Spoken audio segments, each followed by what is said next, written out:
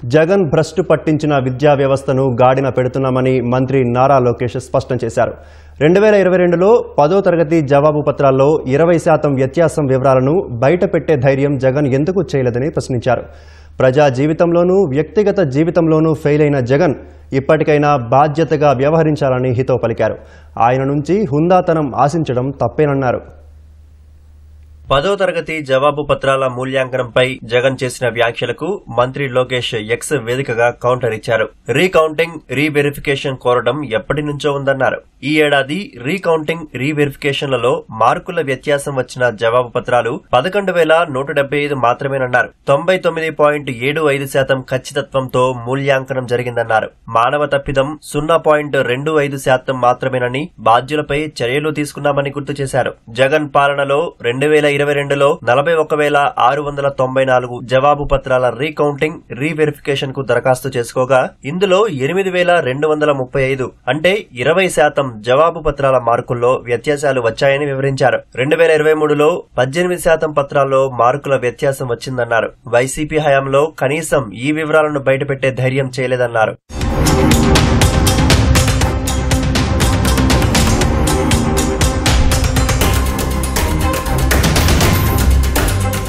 పరీక్షల నిర్వహణ సరిగ్గా లేదని, పేపర్లు లీక్ అయ్యాయని నిరాధార ఆరోపణలు చేస్తున్నారన్న లోకేష్, గ్రూప్ 1 ప్రశ్నపత్రాలను ప్రైవేటు రిసార్ట్లో కాపలాదారులతో దిద్దించింది జగన్ కాదా అని ప్రశ్నించారు. తాము రీవెరిఫికేషన్ లో తేడాలు గుర్తించిన విద్యార్థులకు ట్రిపుల్ ఐటీల్లో ప్రవేశాలకు జూన్ 10 వరకు అవకాశం కల్పించామన్నారు. ఏకరూప దుస్తుల నుంచి చిక్కీ వరకు పార్టీ రంగులు, పేర్లు పెట్టుకుని ఇప్పుడు విలువలు మాట్లాడడం జగన్కే చెల్లిందన్నారు. ఇంటర్ విద్యార్థులకు మధ్యాహ్న భోజనం, ఉచిత పాఠ్య పుస్తకాలను గత ప్రభుత్వం రద్దు చేసిందన్న లోకేష్, తాము అందిస్తున్నామన్నారు. ఉపాధ్యాయులను మద్యం దుకాణాల ముందు కాపలా పెట్టి వారి పట్ల కక్షపూరితంగా వ్యవహరించారని గుర్తు చేశారు.